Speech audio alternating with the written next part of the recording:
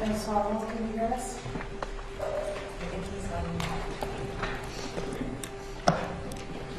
Can you hear us, Representative Swallow? Yes, I can. Great. All right. You may proceed. Thank you, Your Honor. Thank you, Congressman Swalwell. Before we go to the video that halted us for a little bit there, I wanted to circle back and ask you a question about earlier in the afternoon. Do you recall Vice President Pence issuing a statement that day before the certification began? I do. I recall it being, I believe, in like the 1 o'clock hour, like almost right as we gathered there. And what was in the statement, if you can recall? I recall it was written in like a Dear Colleague fashion. He was a member of Congress, so that would make sense. One second, sorry. Court reporter asking for a tech pause.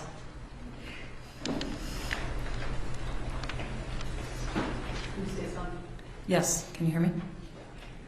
Okay. Okay, I think, yeah, can we start over with that answer? Do you recall what was in the statement, Congressman? I recall it being printed in the cloakroom and being passed around to members. I remember it being written as a Dear Colleague, which is a way that members communicate to each other, and hence, of course, as President of the Senate, as he's also a member of Congress, so to speak, and he's a former member. And I thought it was interesting that he wrote it in that format, but it essentially informed us that he would not be stepping outside. He believed his constitutional duties in the county. I'm sorry.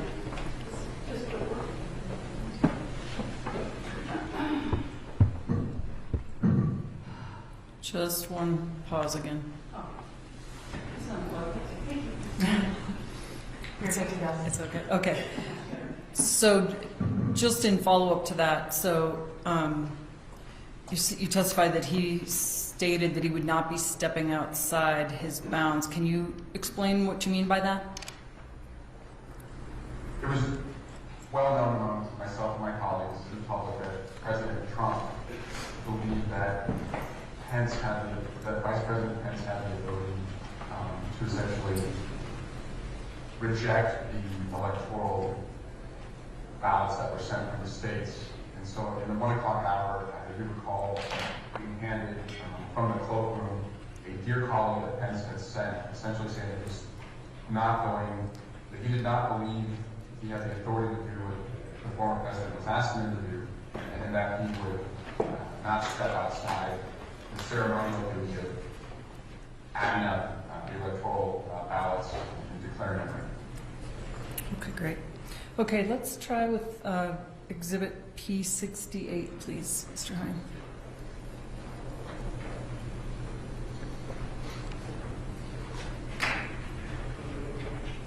I know you're pain.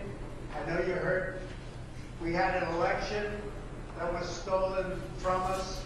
It was the landslide election, and everyone knows it, especially the other side. But you have to go home now. We have to have peace. We have to have law and order. We have to respect our great people in law and order. We don't want anybody hurt.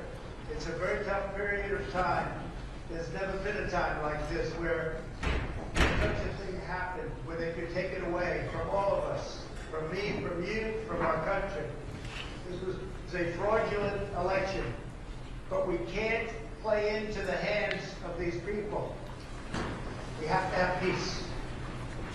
So go home. We love you. You're very special. You've seen what happens. You see the way others are treated that are so bad and so evil. I know how you feel.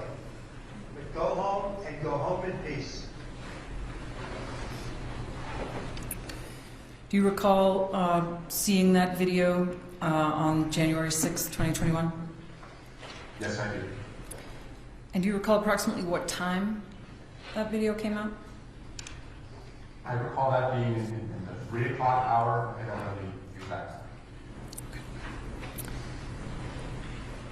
What, if anything, changed after Mr. Trump issued this statement?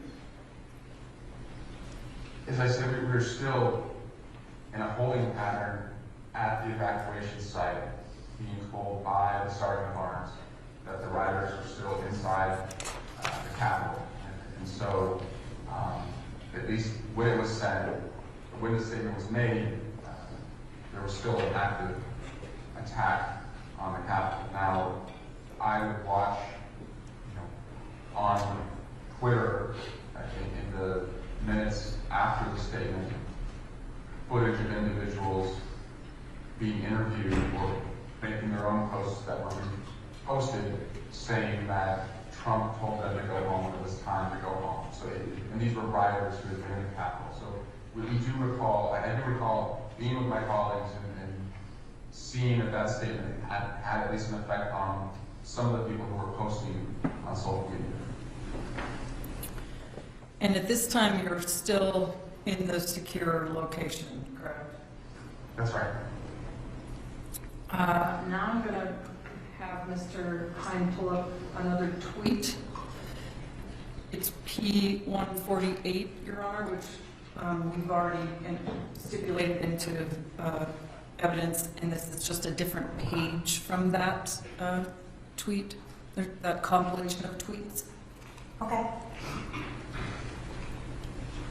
Do you see the tweet on your screen, Congressman Swalwell? Yes, thank you. Yes. And can you read it? This is a tweet from the former president's verified account at 6:01 on January 6th, saying, "These are the things and events that happen when a sacred landslide election victory is so unceremoniously and viciously stripped away from great patriots who have been badly and unfairly treated for so long. Go home with love and in peace. Remember this day forever!" Exclamation point. And where were you when this tweet came out? I was still with my colleagues in the evacuation room, not too far from the house. And so this, as you testified a moment ago, was about 6 p.m. on January 6th. That's right. And what happened, if anything, after this tweet came out? We were still being updated by the sergeant of arms that reinforcements and law enforcement were on the way to clear the Capitol, that rioters were still in the building. It wasn't safe for us to go back. And about this time, Speaker Pelosi also arrived with other members of leadership and told us that she had been on the phone with the Vice President, Department of Defense, and local governors about getting the National Guard to the Capitol as well, so that we could go back and finish the count. At some point, did Congress resume counting and certifying the state's electoral votes for the 2016 presidential election? Around the 8 o'clock hour, we were told that the Capitol had been secured and that we were going to be able to head back to the Capitol, and there would likely be speeches by the leaders of both chambers, and then the debate in the Congress.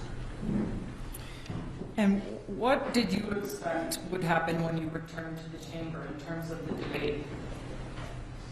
Well, certainly that we would just go back to what we had done in 2017 and 2013, which was to not see a contest of the count, considering violence had occurred. And so when I learned, and my Democratic colleagues learned, that there were going to be further challenges, again, it was unsettling because we believed that could still invite further violence, and it was also in an continuing sentiment that after we just went through all of this, we would really go back to trying to challenge the election and believe that the Vice President could do something about it. About how long had you been gone when you returned to the chamber? It was about 5 hours that I had been in the evacuation room, and then walked through the Cannon Tunnel, which connects the House office buildings to the chamber, that I and many colleagues walked back over to wait for the debate. And what did you observe in the chamber on your way back in? I went through the back double doors, and again, to reorient you, these are the doors for a State of the Union where the president would enter. Those are the doors that on the other side, on the chamber side, Capitol Police and some Republican colleagues had been putting furniture against during the attack on the Capitol. And I stepped over glass, and as Capitol Police officer told me to be careful. I was among one of the first groups to go back, so they were still sweeping up a cleaning crew. I was sweeping up glass as you stepped into the chamber. And then when I stepped into the chamber, I noticed two individuals wearing a blue FBI technician jacket, and they were taking photographs and conducting measurements on the House floor. And was that unusual? I've never seen, the photographs are not allowed on the House floor, so I don't know why, that was one of the first things I remember thinking, like you're not allowed to take photos of the House floor, but of course it didn't become a crime scene. But yes, it was unusual. How were other members reacting, in your view? There was a lot of anxiety that the debate would continue, and we were I want to speak for everyone. I was unclear, and the people I spoke to were unclear. Hold on just 1 second, Congressman. There's a siren coming by the courtroom. We can start again, sorry, fine. I was anxious because I feared that we were going to continue to challenge, that if Republicans were going to continue to challenge the outcome, that the mob could return, and that the scene on the floor could also become combustible among the members.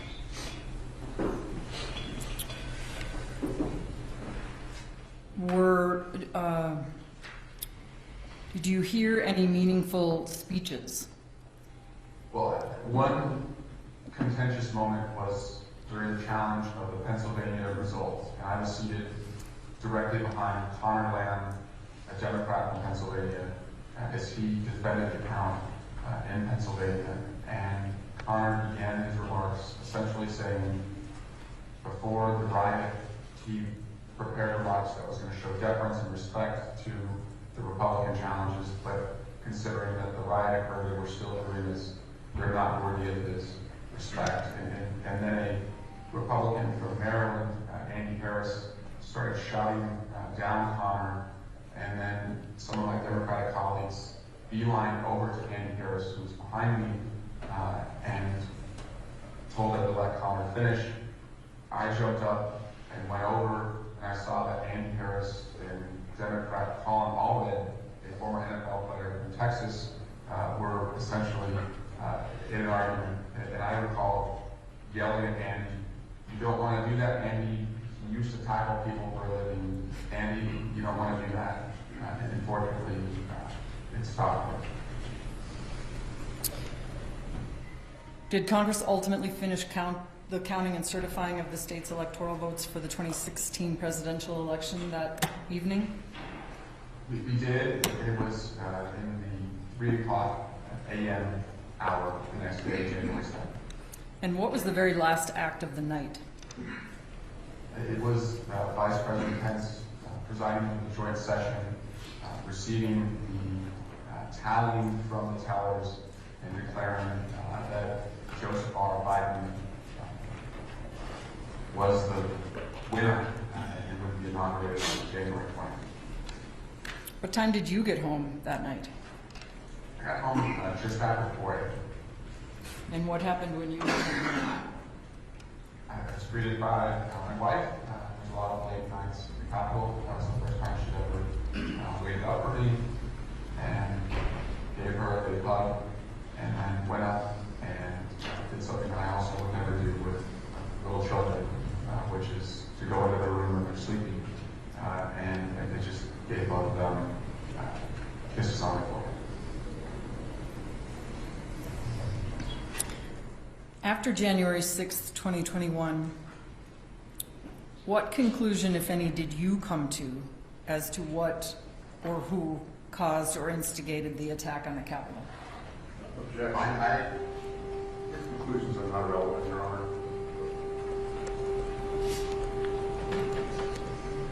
Sustained.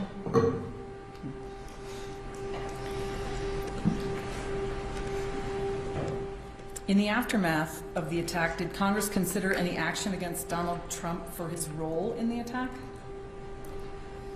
As we were in the evacuation room, colleagues of mine on the Judiciary Committee, David Cicilline, Ted Lieu, and Joe Niggers, were already thinking about what we would have to do legislatively to make sure that the inauguration could take place if we did finish the count. And so,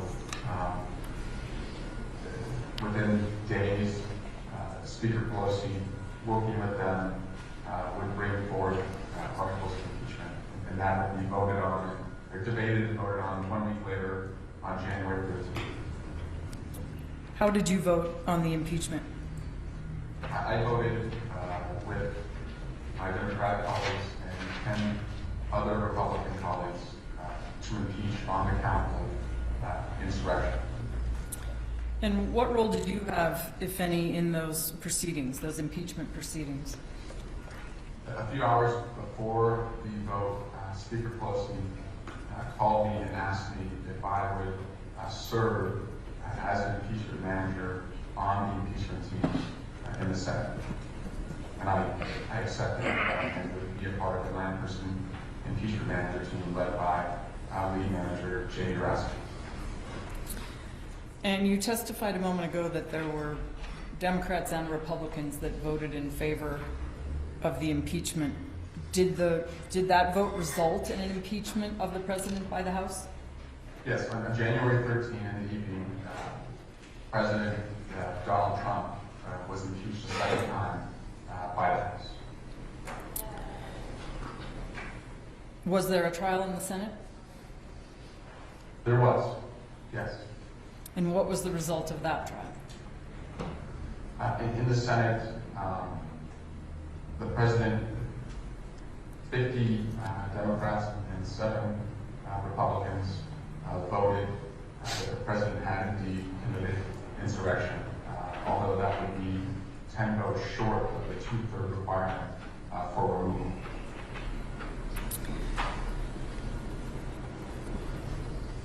Did any Republican senators who voted against conviction publicly reveal reasons for their vote? Objection, Your Honor. This is not relevant. Your Honor, I'll try to tie it together here with another question. Overruled.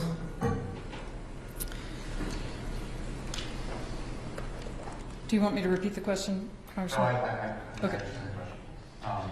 Shortly after the Senate proceedings, Leader McConnell went to the floor and said that this vote to acquit did not mean that Donald Trump would escape accountability at all, and that there were other legal means, civilly and criminally, that were going on.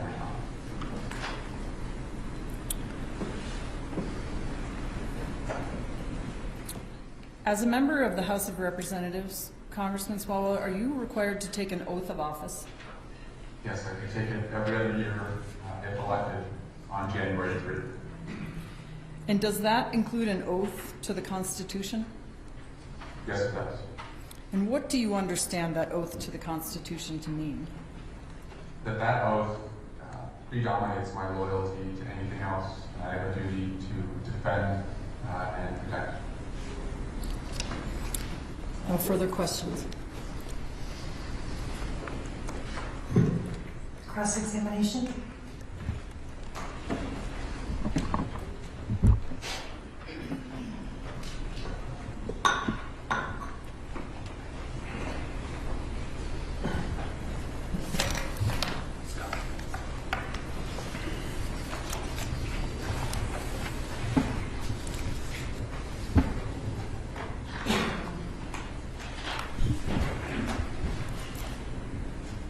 Good afternoon, Representative Swalwell. Good afternoon, Councilman. Am I correct that you weren't injured on January 6th? I was not, no, not physically. Yet you are the plaintiff in a personal injury lawsuit that you brought against Donald Trump in the United States District Court for the District of Columbia. Is that correct? Yes. And you're seeking damages in that lawsuit? Unstated, but yes, meaning no dollar amount has been stated. And as a lawyer, you understand that if this proceeding against President Trump is successful, that would improve your chances of success in that lawsuit, correct? I'm sorry, counsel, could you rephrase the question? Yeah. You're a lawyer, are you not? Yes. And you understand that if this case goes against President Trump, that likely increases your probability of success in your personal injury lawsuit against him, right? Objection, Your Honor, relevance. Goes to bias, Your Honor. Overruled. I'll leave it to the legal experts as to what this means for a separate lawsuit. I don't know.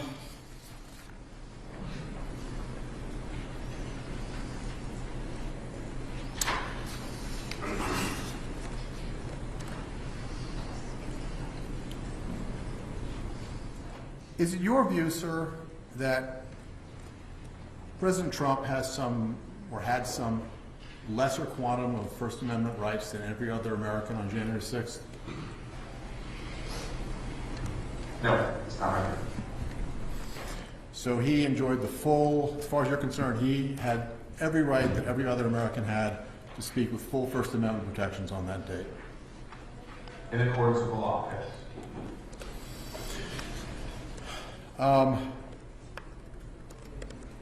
And you pointed out that during his January 6th speech, he used the phrase fight and fight like hell, correct? Yes. Okay. And you would acknowledge that that is in fact common, or not, certainly not uncommon discourse in political circles during speeches, right? I'm sorry, could you clarify? Yeah, politicians often say fight, or fight like hell, or words like that, right, when they give speeches. Yes, sir. You've done it yourself, right? I have. Many of your Democratic colleagues do that too, right? That's right. That's correct. And when you do it, you're not calling for physical violence, right? I am not. And you're not saying that your Democratic colleagues are calling for physical violence, right? In my experience, that's not how I've interpreted it, no. And you judge that by the words that are said, right? And the surroundings of where they are, but yes.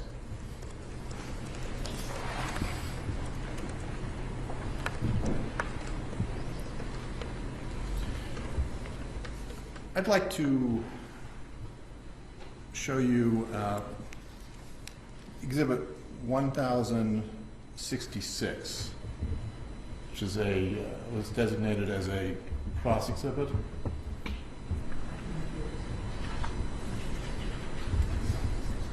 Well, I'm not asking you to put it up on the screen. I'm asking, did you have an objection to that? Oh, no. Could you put up Exhibit 1066, please? Are you asking for it to be admitted? I will, yes, since there appears to be no objection. Can it be admitted, Your Honor? Yeah, 1066 is admitted. And sir, I will represent to you that this is a collection of tweets from your Twitter account. And I'm sorry. We're having a slight technical snafu, so I ask you to bear with us.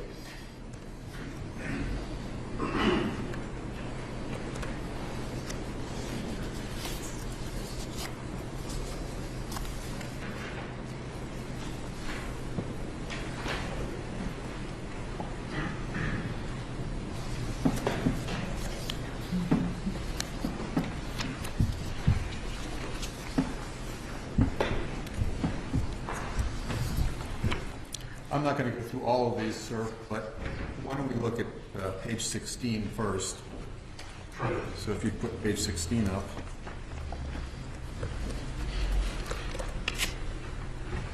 And I ask you if you recognize that as a tweet from your verified Twitter account dated May 2nd, 2022.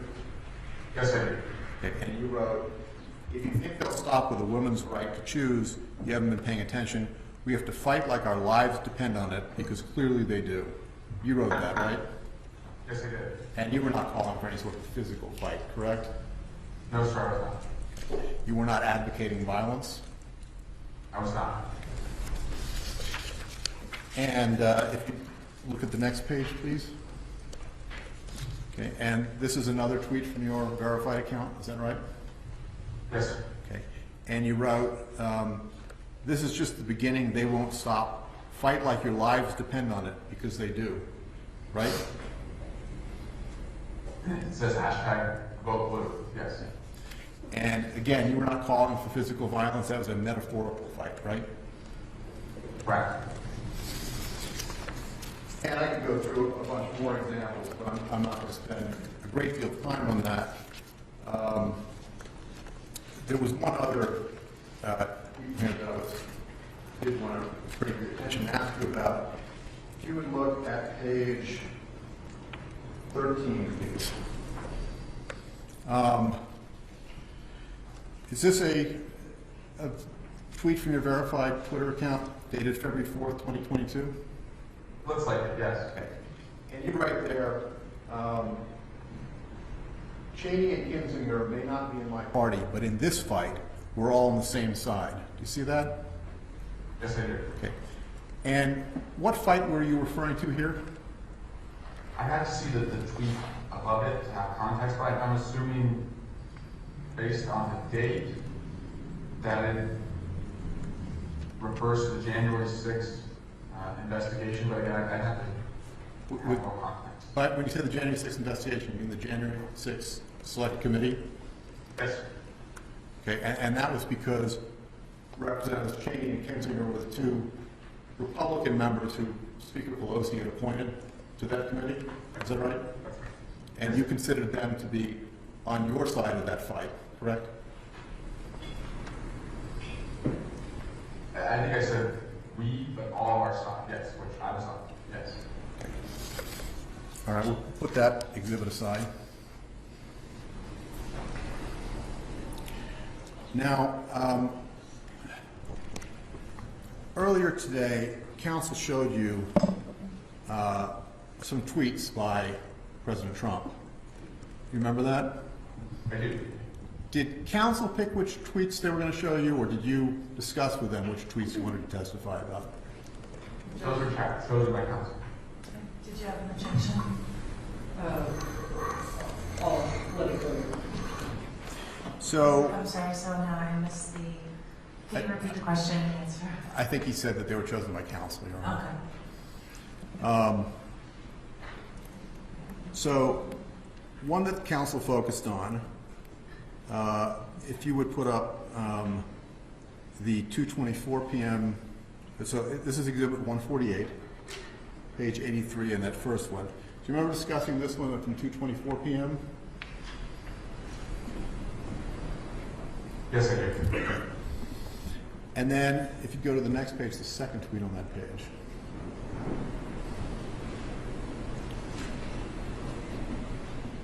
And you remember discussing the second tweet at 6:01 from 6:01 p.m.? Yes, I do. Okay. Now let's look at the two that Council decided to skip that were right in between those two. Okay? Let's look first at the tweet from 15 minutes after the first one you discussed at 2:24 p.m. Page 83, second tweet on the page.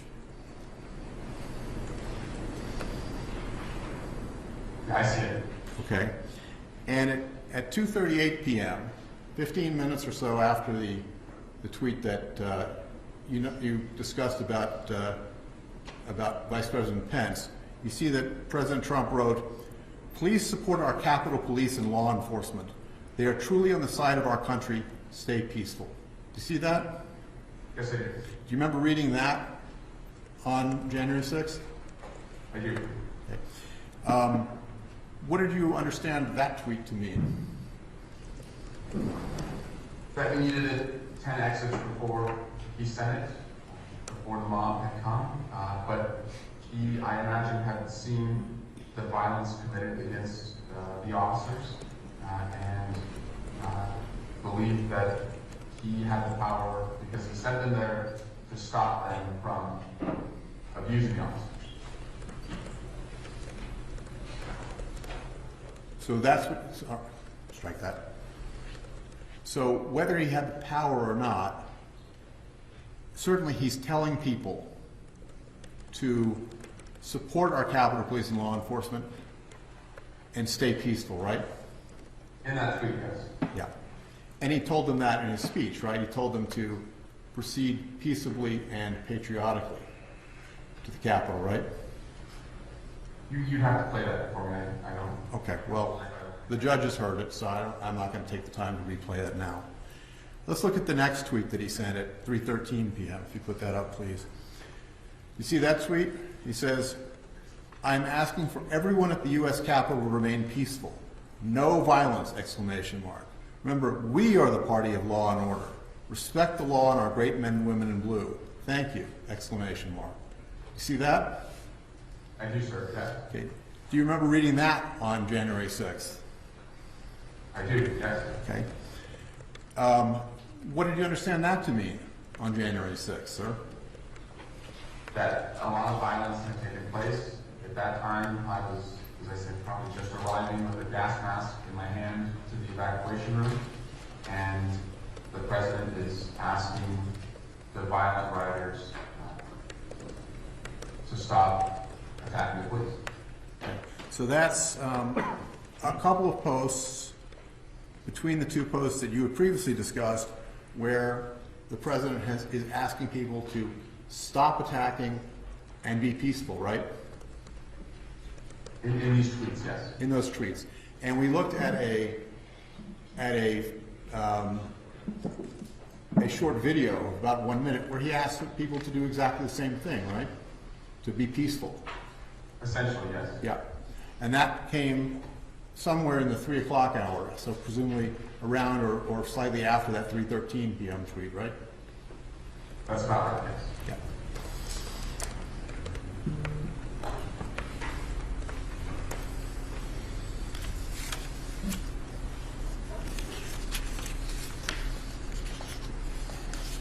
I'm done with that document, thank you.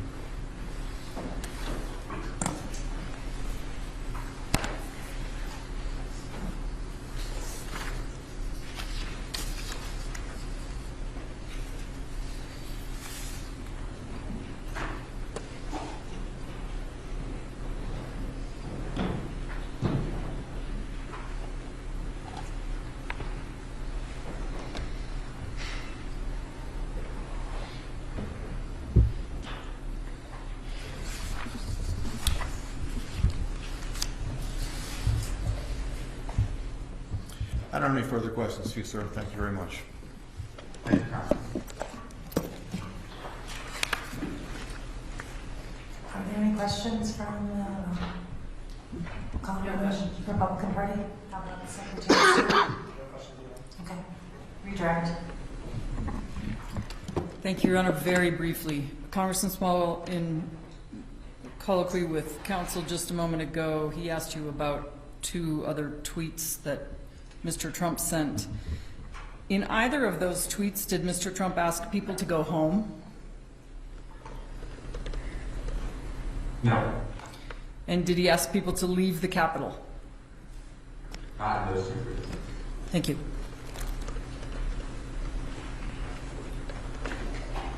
Congressman Swalwell, I think you're done. Thank you so much for your testimony. Thank you, Your Honor.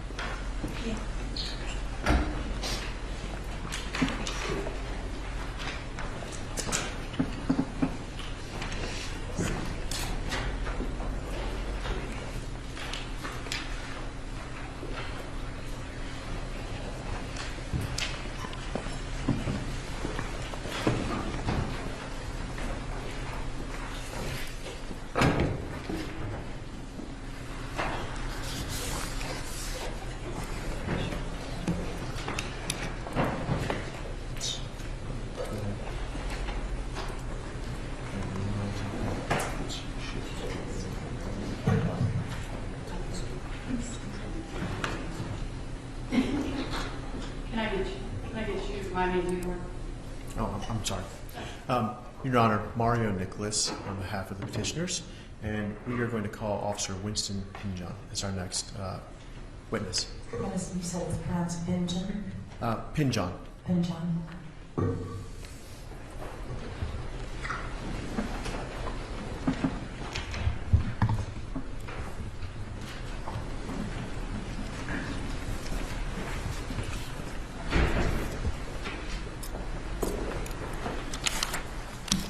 Hold on 1 second.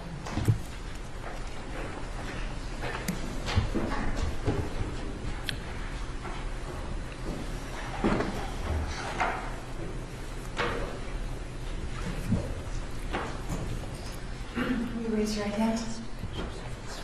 Do you solemnly swear, under the penalty of law, that the testimony you will give before the court shall be the truth, the whole truth, and nothing but the truth? I do. Great. So, you sit down and just make sure to speak into the microphone, okay?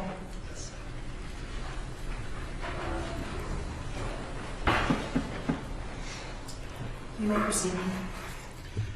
Good afternoon, Officer Pinjon. Would you please state and spell your name for the record? Yes, my name is Winston Pinjon, W-I-N-S-T-O-N, P-I-N-G-E-O-N. Officer Pinjon, where did you go to college? I went to American University in Washington, D.C. And what degree did you receive there? I received a bachelor's in justice and law, which is a criminal justice degree, When did you receive that degree? in May of 2016. Where did you go to work after you graduated from American University? I joined the United States Capitol Police as a police officer, And roughly when was that? June of 2016. Are you still currently employed with the USCP? I am not, no. When did you leave the USCP? I left the department in October of 2021.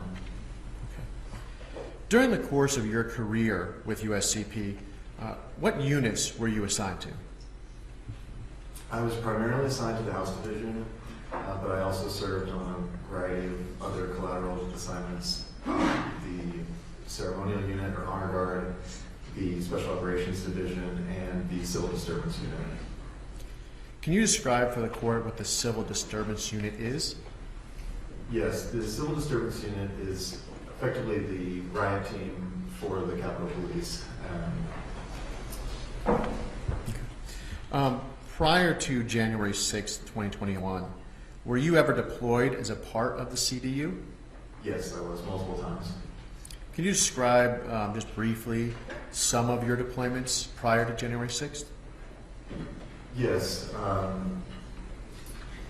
for large-scale protests or events that of numerous people coming to the Capitol, we were deployed, sometimes in full riot gear, sometimes with our gear just on standby. But it was commonplace for CDU to be deployed for a variety of events of groups that would come and protest or demonstrate around the Capitol. Can you provide the court with some examples of those other events? Yes, a few in the summer of 2020 of Black Lives Matter protests, as well as two different ones in November and December of 2020 in protesting the results of the election. During those prior events, did you witness any violence at those events? Nothing large scale, no. But there were times where we would have to arrest people, but no major violence, no. And did you ever feel when you were serving in the CDU at those prior events that your unit would be overrun? No. Were your lines ever broken in those prior events? No. Did you ever fear for your life during any of those prior events? No. Officer Pinjon, I want to take you to January 6th, 2021. Were you on duty that day? Yes, I was. When did you report for duty on January 6th? I reported at approximately 8 or 9 a.m. that morning. And were you assigned to your regular duty or to a separate unit?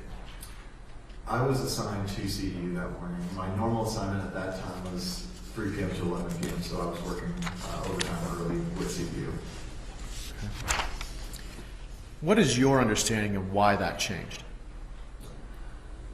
I understood that to be the case because of what Congress was doing that day, of certifying the results of the election, as well as the former president was hosting a rally or event near the White House. Okay. How many officers were in your CDU squad that day? In my squad, there were approximately 25 or 30 of us. Okay. Officer Pinjon, I'm going to ask you just a couple questions about, I want to bring up what's previously been marked as Exhibit P-163, Your Honor. Sorry, got the wrong one.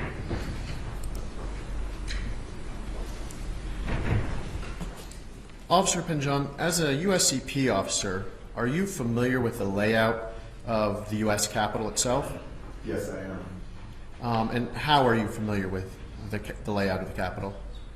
I'm familiar with it because I spent 5 years there and worked numerous events, and so I spent a significant amount of time in the Capitol and around the Capitol grounds over my career there.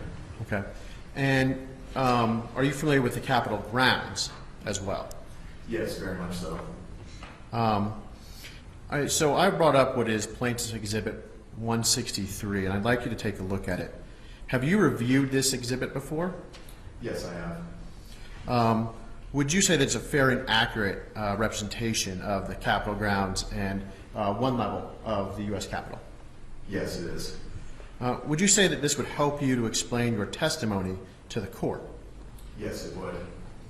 Your Honor, I'd like to, at this time, move to admit Plaintiff's Exhibit 163 as a demonstrative exhibit. Your Honor, can I get some clarification? Is this a general representation of the Capitol grounds, or is it a representation of some specific time? Because there are all sorts of markings and Your Honor, let me.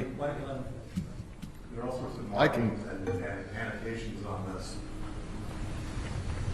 Oh, good. I don't think either one of those really go to admissibility, so I'm going to admit the exhibit, and you can ask questions about what they are, and you can certainly ask them cross-examination. I'll tell you what. I'll try to actually lay some foundation for that, Your Honor. Officer Pinjon, were you around the Capitol and the Capitol grounds prior to January 6th and in the weeks leading up to that? I was on leave the week of Christmas of 2020, but so I believe my first day back on duty was that Monday, January 4th, I think. Okay. And so when you were you familiar with some of the additional things that barricades and things that were placed there prior to the inauguration? Yes. And does this exhibit, does it accurately and fairly represent some of those additional structures that were placed there? Yes, it does. Thank you, Officer Pinjon. Okay, I'd like to go to go back to January 6th and talk to you a little bit about that. Where did your group, your squad, ultimately stage from? We had our roll call in the Longworth House Office building, but we ultimately staged in the what we call the truck tunnel along New Jersey Avenue and Constitution Avenue in the northwest. So Okay, so I'm gonna use my mouse here, yes. and if you can direct me towards where you were talking about. So approximately in this area right here in New Jersey Avenue. What is that? Well, so where your cursor is now is where we had roll call initially, and opposite from that on the map, about there, is where we staged and awaited further orders. Okay, so you were waiting for further orders. What time was this roughly that you were staged over there? That was approximately 11 a.m. or so. Okay. Were you told to do anything? How were you to receive further orders? Yes, my lieutenant, who was my commander that day, told us to put our racket on around that time. Okay. Do you remember getting a call on the radio later that day? Yes, I do. And what was that call? What did you hear in that call? In that call, I heard that one of our outer perimeter lines had been breached and that the officers there had been overrun. And I remember distinctly hearing the need for help in the officer's voice. As a police officer, you know when something's not right. You can hear it in people's voices on the radio. And that was one of those times. And why were they calling for the CDU at that point? They needed additional officers to respond. And because we were with the CDU and more specifically the CDU Hard Squad in 4I gear, they needed us to go assist to back them up. Can you describe the gear you put on that day? Yes, the CDU gear is similar to hockey or football pads of chest protector over my bulletproof vest, arm protectors, groin protector, back protectors, shin pads, as well as additional gear on my belt like my PR-24 baton, my gas mask, and we had protective sunglasses too in case of lasers being pointed at us. Okay. Were you wearing a body camera at that time? No, I was not. I was never issued a body camera, and no Capitol Police officer at that time wore body cameras. All right. You said that you had a call from, where was it you said you received a call from? The call came from near Peace Circle where Pennsylvania Avenue meets the Capitol. I'd like you to take a look at the map again. And is this roughly where you're talking about you received the call from? Yes. And what was going on in the Peace Circle at that time, as you understood it? The call for help was that the line had been breached and that people had pushed past those officers and were making their way towards the Capitol. In response to that call, what did your squad do? We responded over to assist. And so, as I understand it, is this roughly where you were at, where my pointer is? Yes, in that rough area. And what was your path to respond? So we were on a Capitol Police bus, and the bus took us through the North Barricade, which is where the Delaware Avenue meets Constitution Avenue. We went straight south from there, and then curved along down the Northwest Drive to approximately where it says the Summer House. That's where we stopped. And is that roughly here? Yes, that's correct.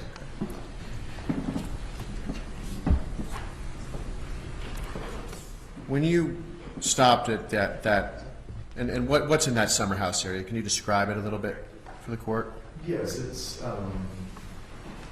there's some trees, and it's I don't know the full history of it, but it's a historic old function, and the white lines there are pedestrian walkways, so it's an area where tourists or people, neighbors would often jog or bike or walk their dog, that kind of thing. Okay. What did you see when you got out there near the summer house? From there, I could see that already individuals of the crowd had made their way up closer to the lower west terrace of the Capitol. I see you're pointing at the map, so I just want to, for the court circle. So you said originally the call came from the Peace Circle because there's a barricade, and you said that where were they making their way up to?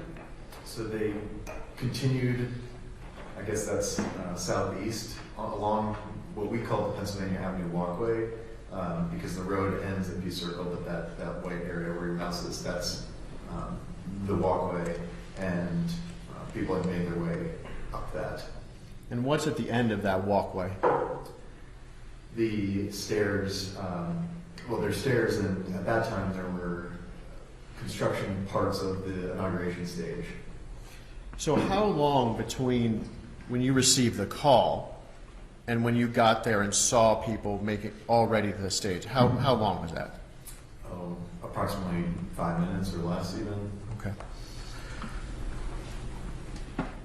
how would you describe the crowd that you saw when you got out?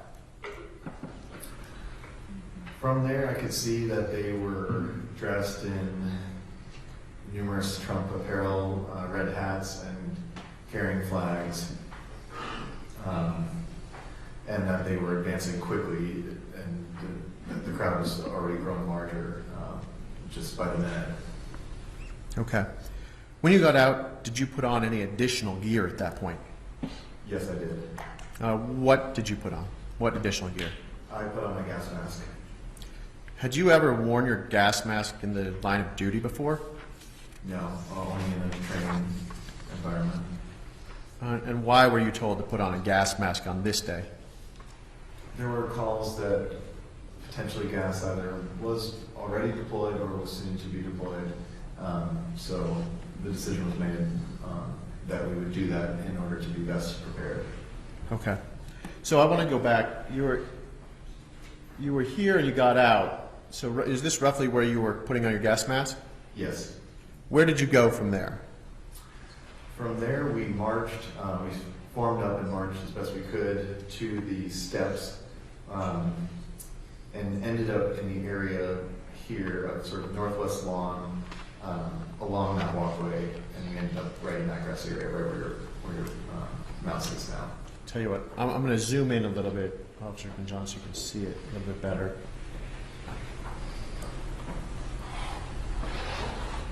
Okay, so you said right about here on the map? Yes, that's correct. Okay.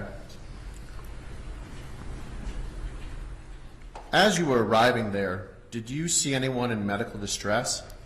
Yes, I did. And what did you see? I saw an individual being carried out on a stretcher and somebody performing CPR on that person. How did the crowd react to the first responders providing medical care? Well, it was mixed, but I would soon see another person in need of medical care where at that point, mob had turned hostile and was assaulting officers that were trying to go and help the second person in distress. Officer Pinjon, so from this position where my cursor is currently at, from where your squad was deployed, could you see beyond the immediate area around you? Yes, I could. And why could you see beyond the immediate area? Primarily because of the elevation of Capitol Hill that I could see, and just the direction of how we were sort of lined up closely to Pennsylvania Avenue, that I could see down Pennsylvania Avenue looking towards downtown DC. So would that be looking out over the peace circle? Yes, facing west. And how far beyond that could you see? I could probably see 10 or so blocks until the road shifts. And what did you see when you looked in that direction? When I looked down there, I could see that there appeared to be thousands of people coming towards the Capitol. And they were coming towards the Capitol along what route? Along Pennsylvania Avenue. Did you notice anything unusual about what members of the mob were wearing while you were on the Northwest Lawn? Yes, I did. And what was that? That was the equipment that some of them were wearing, to include things like helmets, goggles, what appeared to me to be body armor, paramilitary style gear and equipment that they were wearing. As a USCP officer, did that concern you? Yes, it did. And why did that concern you? It concerned me because I had not seen that before, and because we don't typically face people who appear to me to be prepared for physical altercations or violence. Okay. Can you describe any interactions between your unit and members of the mob while you were on the Northwest Terrace lawn, so roughly where my pointer is? Yes, they were saying things to us as they would continue to say throughout the day. things like Trump sent us, and things like we don't want to hurt you, but we will. We're getting in that building. And of course, chanting things like "Stop the Steal" and a variety of other pro-Trump messages like that. Were either you or any of the members of your squad physically assaulted in that area? Yes, members of my squad there started to be assaulted, pushed, and pepper sprayed by members of the mob. Could you see Could you see members of the mob engage with other law enforcement units in the vicinity? Yes, I could. And what did you see? From where I was posted, I could see that what's marked here is the northwest steps, that the mob was advancing up those steps and engaging with other Capitol Police officers and assaulting them with what appeared to me to be pieces of construction materials and flagpoles and other things like that that they were striking officers with, and also spraying them with what appeared to me to be pepper spray or chemical irritants. Okay. How long roughly were you at that position on the northwest lawn? I was there for approximately an hour, maybe a little bit more. And in that time, what change in size or nature of the mob did you observe?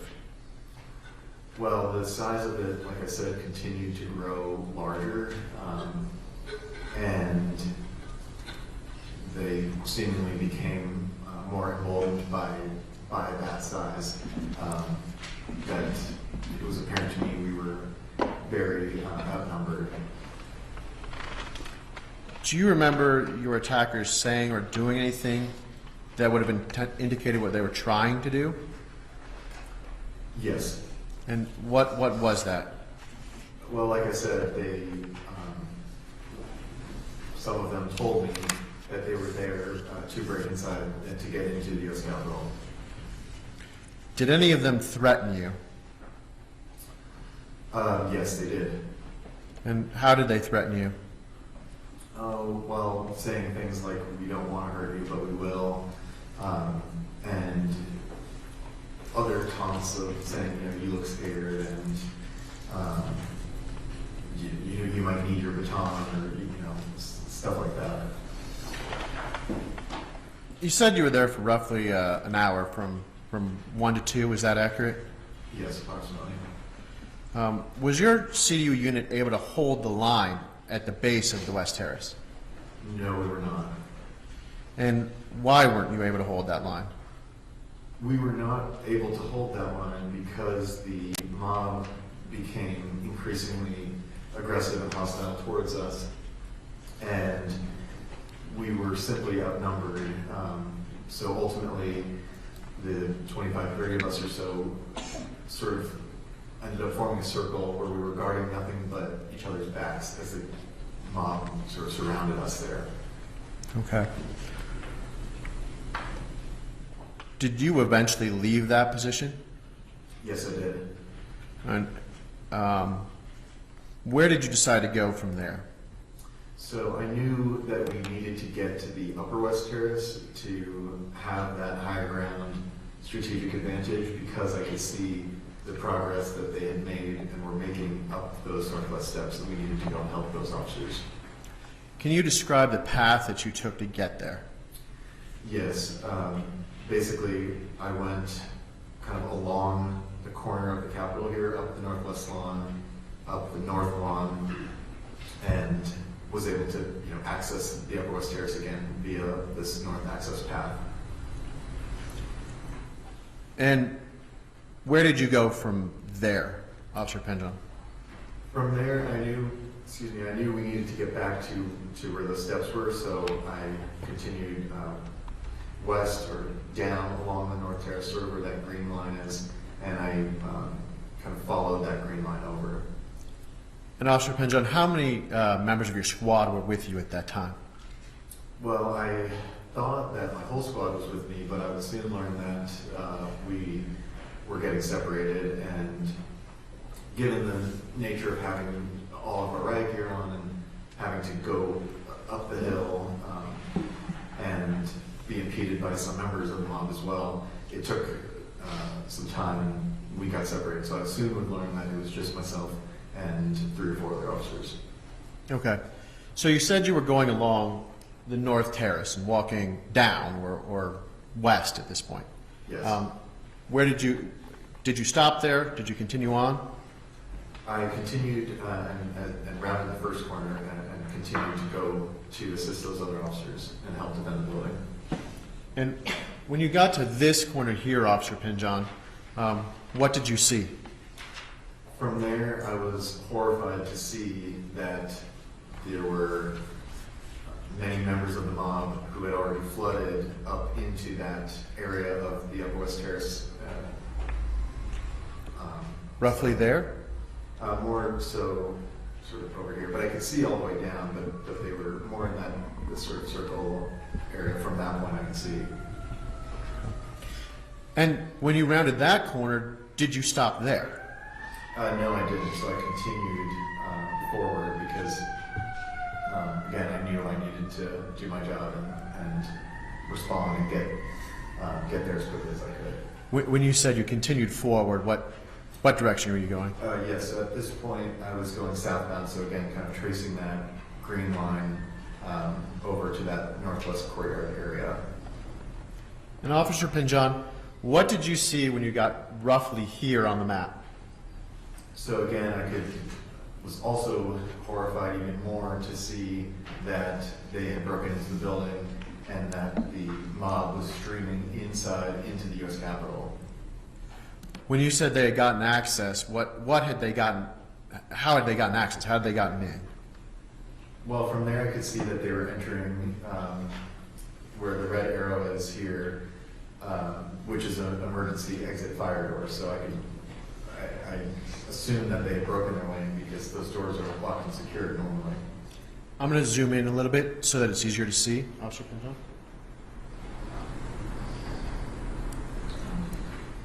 So, just to be clear, that you said from here you saw that people were accessing through, what is this number 1? What's that number 1? So where number 1 is it's an emergency exit fire door, and there are windows on either side of it.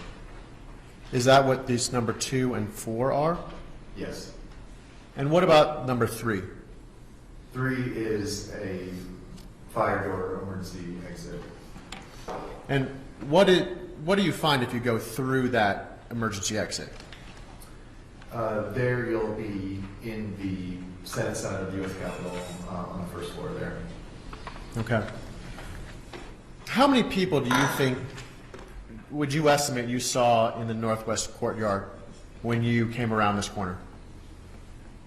I would say at least a few hundred, but again, it was growing because they were coming up the steps as well. And again, how many of your squad were there? At that point, it was just myself and 3 or 4 other officers. What did you and those 3 or 4 officers do at that point? We continued, and I was the first officer, and I led them to go closer to those breach points in an effort to secure those and prevent further people from breaching and accessing the building. And did the members of the mob let you through? No, they did not. What happened when you tried to get to those access doors? When I tried to push forward, I was attacked by members of the mob, and I was punched in the face on my left side, and I was also pushed or attacked on the right side, and before I knew it, they had knocked me on my back. And I couldn't see anything because either my helmet had come down over my eyes, and it felt like somebody was on top of me. Were you able to maintain all of your equipment at that point? No, I was not. What happened to your equipment? My PR-24 baton, which I had was holding out in my hands, was ripped from my grip and stolen from me by some person. Were you concerned about your service weapon? Yes, very much so. And what did you do with that concern? Well, because my baton had been stolen from me so quickly and so easily, I was very concerned that they would take my gun from me. So I did what I was trained to do, which was just to hold on to it as best I could and maintain that retention and control in my holster. And this was all while you were on your back on the ground. Yes. Did you consider radioing for help, Officer Pinjon? I did briefly. And you did briefly, but did you actually radio for help? No, I did not. And the reason for that was basically because we were just so outnumbered. I felt that there was help needed in many other places as well. And I didn't know if help would come or when, so that's why I didn't. I'm sorry, what's the time frame that we're? How long were you at the? I'm sorry. How long were you at the northwest lawn? So What time frame? So that would have been approximately at maybe 2:30 or so. So this is, Oh, I think you're saying, when were you in the northwest courtyard? Is that? Yeah, approximately 2:30. So by the time I left the Lower West Terrace and made it, by the time I was in Lower West Terrace, it was probably an hour or so. And so by the time I got up, it was approximately 2:15, 2:30. Okay.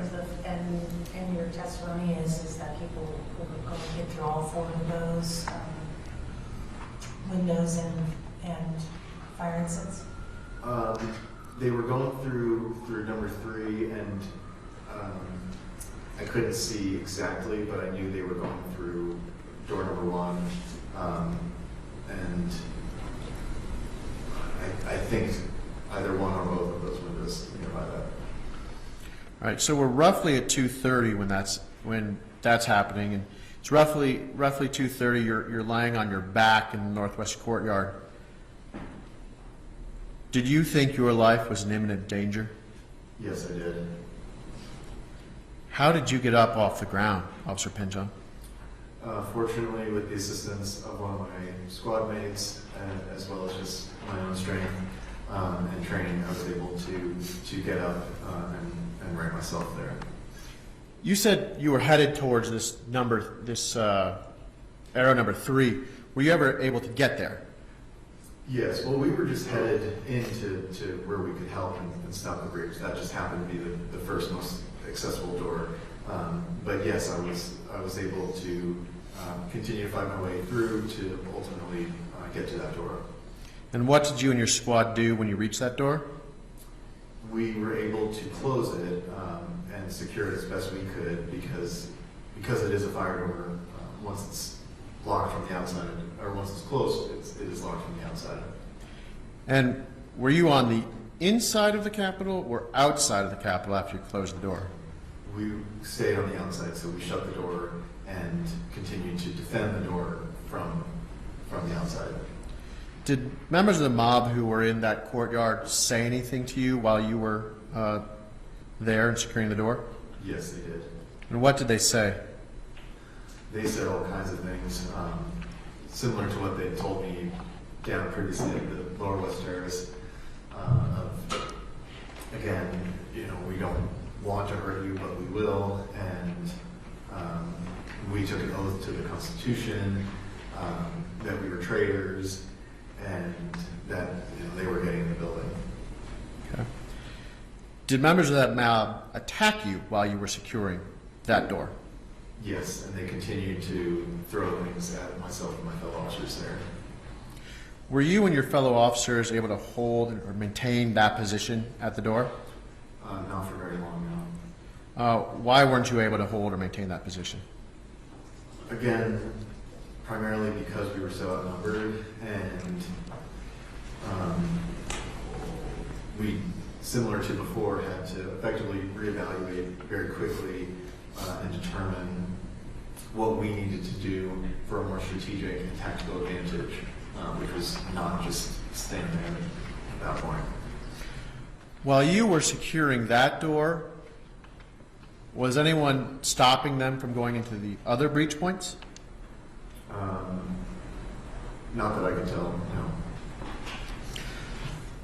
Do you believe that the assault against you could have been more severe if the only point of entry was where you were guarding? Objection. Speculation. Sustained. Can you describe the impression of the mob demeanor as they went through the open breaches? Yes, at this point it had changed because they were very excited and they were cheering, and so they were celebrating because they were breaching into the building. You said before that you found that guarding that door, that breach point, was untenable. What did you do next after deciding you couldn't keep that position? So again, because we couldn't keep that, because other officers also had equipment stolen from them, and we were so outnumbered, we collectively felt we needed to get inside the building to, again, get that strategic tactical advantage where we could push them out of the building and try to maintain some kind of control. Okay. So how did you get back to the building? What path did you take? So I effectively retraced my steps of the way I'd come, which was down and then north, effectively along that green line, and then up to where it says North Terrace and into the north door with the, as marked by that yellow arrow. Officer Pinjon, was your way impeded in it? Were you impeded in any way getting there? Yes, I was. And how were you impeded? At that point, the whole Upper West Terrace had become overrun by people from the mob, and when I got to that door, there was many individuals trying to gain access there. So roughly what time? I understand you probably weren't looking at your watch, but do you have an idea of what time this was? So that time was probably anywhere between 2:30 and 3 p.m. or so. Okay. Were you able to make it through the north doors at any point? I was ultimately, by forcing my way and fighting with some of the members there to ultimately get in, because there were officers inside defending those doors, so it was difficult, but I was able to enter the building there.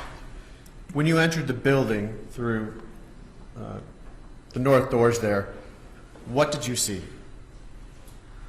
From there, I could see just complete chaos, and that the halls of the U.S. Capitol were overrun by this mob. And I want to actually just ask you a little bit more about the layout of the U.S. Capitol. So if you're standing at the north doors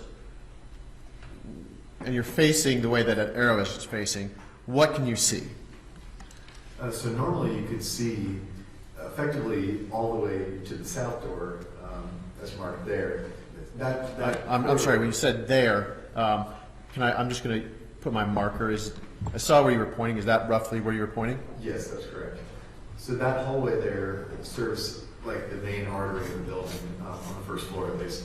And so you can typically see clear from one door all the way to the other across the whole Capitol. How large is that hallway? It's a standard hallway, but it's fairly large. Did you walk down the hallway in this building before? In this courtroom? Yes, I did. Was it roughly as wide as that hallway?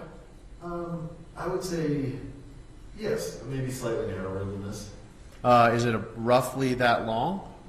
The hallway in the Capitol is longer. To me, it appears to be longer than the hallway here in this courthouse. When you looked down that hallway on January 6th, and you said it was chaos, what could you see looking down the hallway? Well, I certainly couldn't see all the way down to the end because there were so many people already in the building impeding any further view of mine. Once you were inside, what did you do? From there, it, again, was very chaotic, but we were in that area where it says Lower Senate corridors, And we're trying to, again, maintain or gain some kind of control to maintain and enforce some sort of order. And when you're saying we're trying to enforce some sort of order, how did you go about doing that? Well, primarily it was to secure the doors and try to push people back outside who had already breached and entered. When you tried to push people outside, did they willingly go? No, they did not.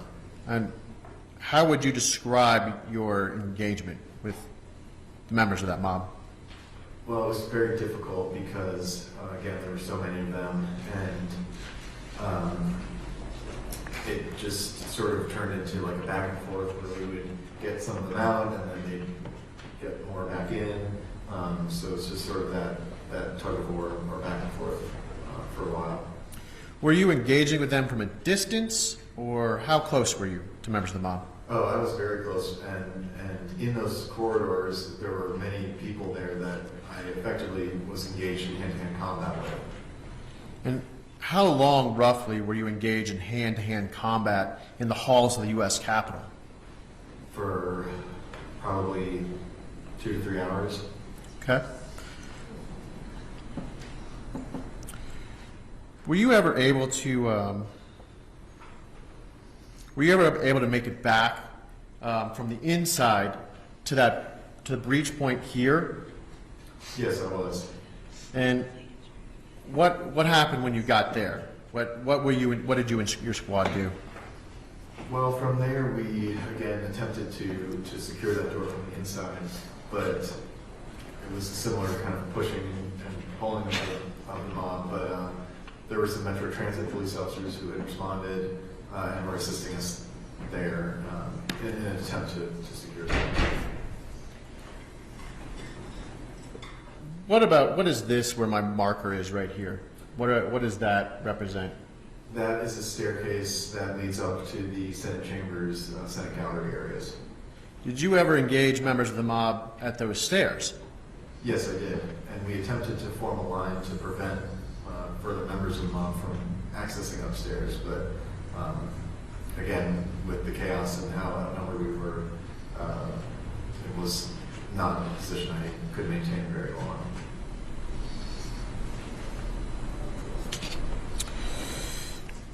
Also in that area, did you see, I'm sorry, let me rephrase. In that area, did you see any members of the mob outside of the corridors? Yes, in what's marked here as the Senate Parliamentarian's office. And what did you see inside the Senate Parliamentarian's office? Inside there, I could see that members of the mob had totally ransacked the office. They turned furniture over. They were ripping through file cabinets, pulling papers out, stealing alcohol from drawers, and just really vandalizing and just totally desecrating that office. Okay. Officer Pinjon, during the 2 to 3 hours that you were in hand-to-hand combat, were you ever near the emergency door and windows that you had talked about up here? Yes, I was. What happened there, Officer Pinjon? So there we were again trying to push them out, kind of back and forth, but we ultimately did as best we could to barricade those doors in an attempt to prevent any further people from coming in. When you say barricade those doors, what did you use to barricade the doors? We used what we could, which were primarily wooden placards, sort of information for tourists. You know, there's sort of like a small desk almost with historical information about the building and about Congress's and our country's history. And we pulled those because that was what was most immediately accessible, as well as wooden fire extinguisher holder sort of cases. Really anything that we could find that we could push up against that door and those windows we were using. Did members of the mob continue attacking you through that barricade? Yes, they did. Do you remember any particular attack on you through that barricade? Yes, I do. What happened? At one point, I distinctly remember dodging lines of pepper spray that came through the broken window there, as well as a sharpened flagpole that was stabbed that came just about this close to my face. Just for the record, Officer Penjon, you said this close to my face. How close to your face did the sharpened edge of a flagpole come? Approximately 2 inches. And where did the end of that flagpole finally end up? Past my head, past my ear. Did that cause you significant fear when that went by your head? Yes, it did. Why did that cause you significant fear? Well, because of the force that was used, I was very much fearful that had it hit me in my eye, take my eye or further, that it could take my life. Okay. During this time that you were guarding that area of the Capitol, was your radio on? Yes, it was. How loud did you have your radio turned up?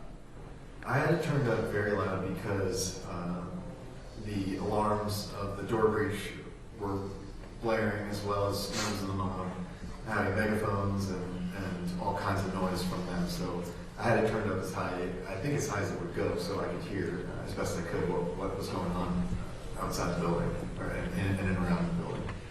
Do you remember any unusual radio calls on your radio? Yes, I do. And what was one of the unusual calls that you heard? One of them was that there were shots fired. What went through your mind when you heard that there were shots fired? I was obviously very concerned, and where my mind most immediately went to was that one of my fellow officers had potentially been shot or been shot at. Okay. How close were members of the mob to you when you got that call? Very close, like within arm's reach. Do you believe that they probably could have heard that radio call as well? Yes, I know some of them heard it because I could see how they reacted. And how did they react to that call? Well, some of them didn't. I guess some of them seemed hesitant about it, or perhaps uncomfortable, but by and large, most of them really didn't seem to care. Okay. At any point in time, did you respond to an officer down radio call? Yes, I did. And can you explain what happened there? Yes, there was the call for assistance for an officer down in the area beneath, under the floor where I was, in the area between where the U.S. Capitol connects underground via subway trolley cars over to the Senate side.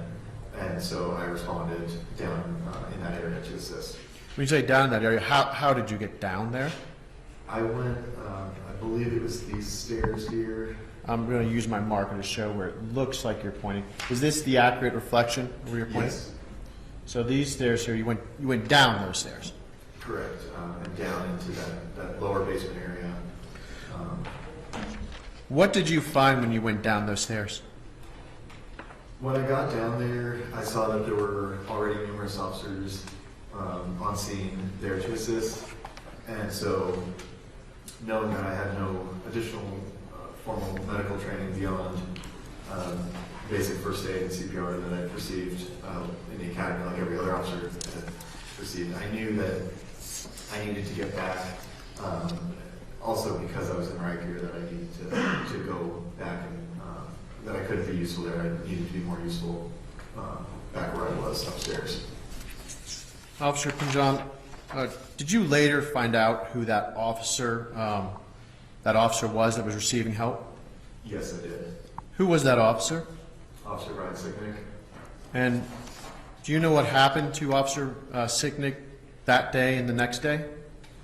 Yes, he was assaulted in line of duty that day and sprayed with chemical irritants like bear spray, and he died the next day, line of duty death. Officer Pinjon, did you attend Officer Sicknick's funeral? Yes, I did. In what capacity did you attend his funeral? I was, at that point, a month or so later, assigned with my honor guard, the ceremonial unit, and I was one of the officers who guarded his remains in the rotunda of the U.S. Capitol during his lying in honor ceremony. Okay. Officer Penjohn, I'd like to take you back to January 6th. So you talked about the funeral. Do you at any point in time remember seeing attackers in the crypt of the U.S. Capitol? Yes, I do. And so just to orient the court, is this roughly where you saw them? Is this the crypt? Yes. Okay. What did you do when you saw people there? I ultimately responded to the crypt and down the stairs to the tunnel, where I believe I'd heard on the radio or talked to other officers around that additional assistance was needed down there. Officer Penjohn, you said down the stairs. So these stairs, or what are we looking at? So there's stairs underneath those. So there's sort of two sets of stairs, one on top of the other. One that leads up to the rotunda, and then one that leads down to what's marked as the tunnel, where the yellow arrow is, a hallway down that feeds right up to the inauguration stage. Okay, so if you go down these stairs here, there's a tunnel directly to this? Yes, that's correct. A hallway that leads up to that. And so the inauguration balcony over here. Correct. Yes, the tunnel opens up to the walkway right to and then you're on the stage when the stage is built. Is this the same tunnel that presidents use to walk out to the inauguration stage? Yes, it is. What do you remember seeing when you got down into that tunnel? When I got down there, I could see that there were numerous officers with injuries, some with fairly extensive injuries, and I could see that there were officers defending that entryway to the tunnel from the stage, that there were many officers packed in tightly as they were defending it from the mob. And do you have a rough idea when this was, what time this was? This was probably around 5 p.m. or so. Okay. Do you remember anyone asking for additional help at that point in time? Yes, I do. And what happened? What was the ask? I believe it was a Capitol Police official was there and was yelling for fresh bodies, fresh officers to go to the front of the line. And how did you respond at that time? Well, at that time, I also witnessed additional officers from the Virginia State Police and Fairfax County Police had responded there. And so, knowing that there were fresh officers there, and I myself was very much not fresh after having been engaged with the mob for hours at that point, I stepped aside and let those additional officers go ahead and answer that call. Okay. Were you ever able to exit the tunnel? Yes, I was. And what happened when you exited the tunnel? Where did you go? Well, so after I had sort of gotten to regain myself and my composure and maybe had a sip of water or something there, I was able to exit through the tunnel. There were no longer officers guarding it. They had gone out to the stage, and so I followed and went out to the inauguration stage. At any point, did you meet any members of the National Guard? Yes. And what happened when you met those members of the National Guard? I had a conversation with a National Guard commander, command staff, and we got to talk about that day. What did you talk about? Well, he told me that they had been wanting to come, but they just didn't have the authorization. They were waiting and really trying to come to our assistance, but that they could not because of their orders. How did that make you feel, Officer Penjon? Made me feel angry and very disappointed. Okay. After you spoke with that National Guard member, though, did you believe you needed to continue fighting, protecting the Capitol? Well, thankfully at that time, it appeared to me that at least most of the Capitol, or the parts that I could see, as I went back through the crypt back to the Senate side, that there were no longer members of the mob in there. But again, I obviously couldn't see the entire building. So I was feeling better, but I was still concerned that there could be people in the building, or that they could, and because it wasn't secure, they could have left weapons or explosives or anything that we didn't know about inside the Capitol. Okay. Were you ever able to regroup with the rest of your squad that day? Yes, I was. When did that happen? That happened probably around 6 or 7 p.m. Okay. And where did you meet up with them? So I was able to find a few, and then I think somebody, our lieutenant or a sergeant, called on the radio for us to regroup back in the Senate side around those corridors. So roughly here is where you regrouped? Yes, right in that area. What was the condition of your squad members when you got there? Well, not good. One of our officers would go to the hospital for injuries, and others had, similar to me, been assaulted and had equipment and gear stolen from them. Okay. When did you finally leave the U.S. Capitol on January 6th? Probably maybe around 7 or 8 p.m. Okay. We went back to Longworth to just stage in case we were further needed. Officer Penjon, at any time during the time that you were in the U.S. Capitol, were you able to use your cell phone? Yes, at one point. And what did you use it for? At one point, I was able to, when we regained some semblance of control, I was able to escape into an office to send a text message to my family. And what did you tell your family? I told them that I had been attacked, but I was okay, but and that I loved them, but that I had to go back, and then I was going back in to keep fighting. So this was in the middle of fighting, so you had to go back again, is that what you're saying? Yes. Okay. So this wasn't after you were done? No. Okay. Officer Penjon, how did you feel at the end of the day on January 6th, 2021? Physically, I was completely exhausted, and mentally, I was just devastated to see everything that had happened that I could not have even imagined, of how desecrated the building had been, and how violent the mob had been towards me and my fellow officers. Thank you, Officer Penjon. I have no further questions, sir. Cross-examination?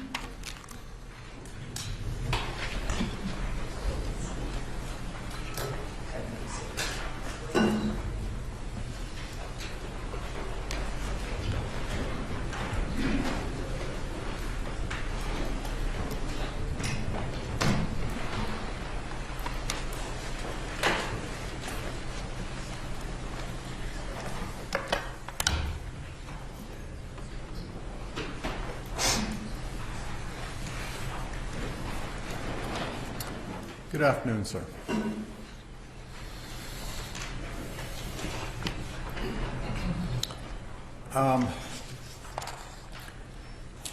mentioned the death of Officer.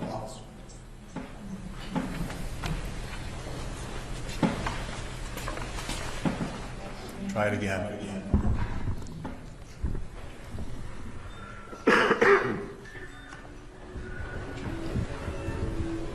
Okay, all right, that's better.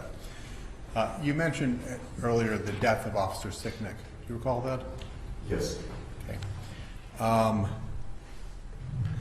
And you said that it was a line of duty death, is that correct? Yes. Are you familiar with the criteria for declaring something a line of duty death? I'm familiar with what the chief of police tells us. And what does the chief of police tell you? Well, that this was in fact a line of duty death. Okay. So you know that this particular death was declared a line of duty death, but you do not know what criteria were used to make the determination. Is that fair? Yes. Okay. Are you aware that the DC medical examiner conducted an autopsy of Officer Sicknick? I believe so, that that's the standard thing to do, yes. Do you know what the results of that autopsy were? Not off the top of my head right now, no. Are you aware that the DC medical examiner found that Officer Sicknick died on January 7th of natural causes, sir?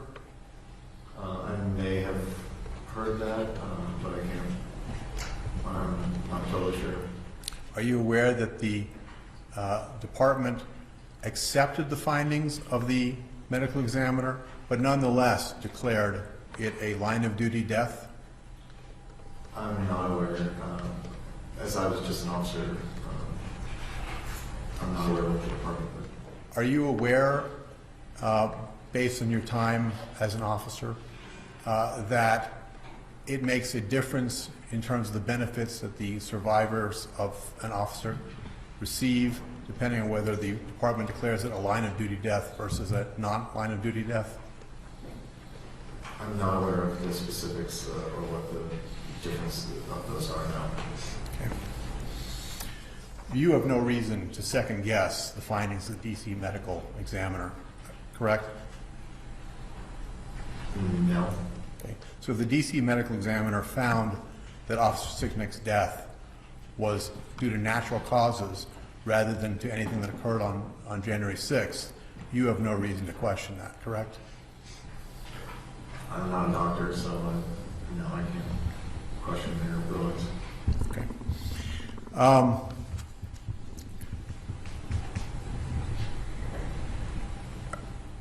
Do you know how many demonstrations there were in DC on January 6th? No, I do not. Do you know if it was more than one? Well, are you talking permitted demonstrations? I'm not sure what you mean by permanent demonstrations. Oh, sorry, permitted. Oh, permitted. Yes, all right, first of all, let's start with permitted. Do you know how many permitted demonstrations there were? No, I do not. Do you know if there were multiple permitted demonstrations? All I knew at that time was that well, I don't even know if it was permitted or not, but all I knew at that time was that there was one big one at the White House. So there's one at the Ellipse. That's what you mean by the White House? Yes. Okay. Do you know if there was another permitted one at the Supreme Court? I do not know. Do you know if there was another permitted one elsewhere? No. Okay. Do you know if there were people who were demonstrating in D.C. At unpermitted demonstrations that day? I do not know. Do you know how many demonstrators were in D.C. that day in total? No. Do you have an estimate of how many were? Thousands at least. Would it surprise you that estimates in the area of 120,000 have been circulated? That would not surprise me, no. Okay. You spoke about what you called the mob. Is that correct? Yes. And how are you defining the mob? Well, I don't know the dictionary definition, but to me, a crowd turns into a mob when they are engaging in unlawful conduct and violence. Okay, I asked a bad question, so I apologize for that. I'm asking about the mob. Was it a particular group of people on January 6th that you're referring to as the mob? It was the, I'm not quite sure, but So if you accept for purposes of this question that there were perhaps 120,000 or that order of magnitude people in DC demonstrating that day, are you saying that all of those 120,000 people were the mob, or is it a subset of them? I didn't see personally 120,000 people, so I couldn't characterize all of them as a mob. In terms of the people who were at the Capitol during the afternoon when you were there, do you have an estimate of how many people were there? Thousands, but I don't know the exact number now. Somewhere in the well, let me change it. You know that an extensive investigation has been conducted by the Department of Justice and the FBI in the wake of January 6th, correct? Yes. And do you know how many people have been prosecuted, roughly? I think more than 1,000, but I don't know exactly. About 1,200 sound right to you? Potentially, yes. In terms of the people who were at or around the Capitol that day, do you know what percentage of them attended the rally at the Ellipse? No, I do not. Do you know what percentage of the people who attended the rally at the Ellipse did not go anywhere near the Capitol that day? No, I do not. I take it that you don't claim any ability to read people's minds. Is that fair? That is fair.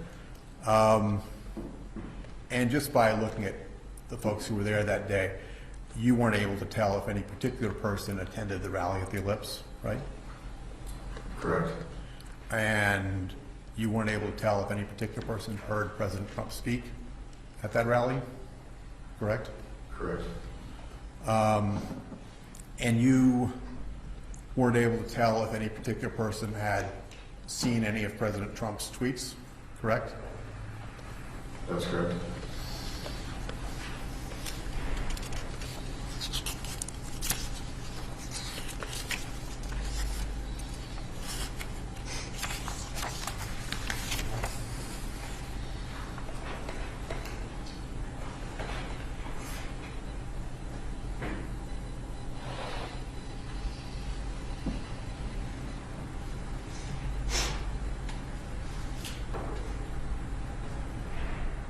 What do you currently do for a living, sir?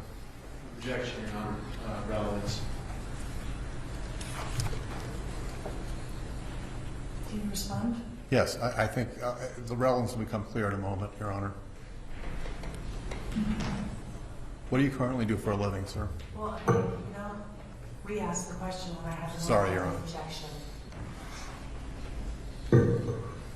I will allow you to answer, but if I don't find it relevant, I'll strike the answer. I work as a sales position in a technology company. I'm sorry, what kind of company? A technology software company. Do you also sell your artwork? Yes, I do. I'm also an artist. Is much of your artwork January 6th themed? Well, I've been an artist for most of my life, so I've explored numerous mediums and subject matter, but yes, after January 6th, it was a source of inspiration, and I used my artwork as a form of healing for the trauma that I endured that day. And you sell the artwork that you create, correct? I do, yes. You have an Etsy store? I do. And you sell your pictures for between $50 and $250 a picture, is that correct? Some are lower, some are higher, but approximately yes. And so far you sold about 300 pictures on your Etsy store, is that right? I'd have to look exactly, but that sounds about right, yes.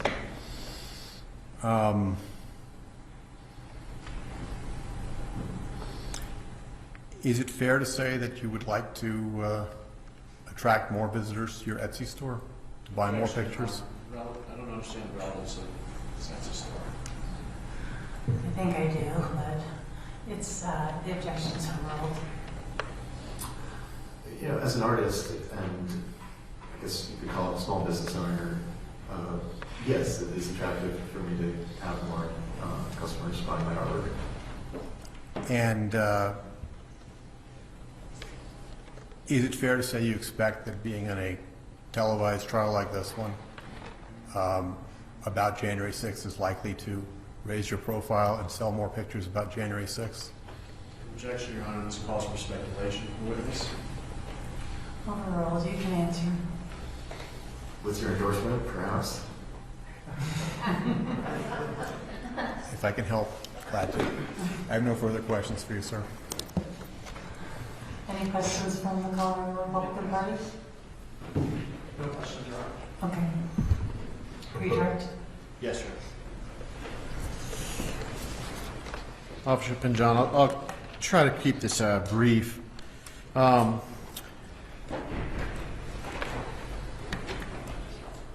Did the autopsy results of Officer Sicknick keep him from being honored in the rotunda of the U.S. Capitol? No, they did not. And just to be clear, you guarded his body in the rotunda. Those remains, yes. Okay.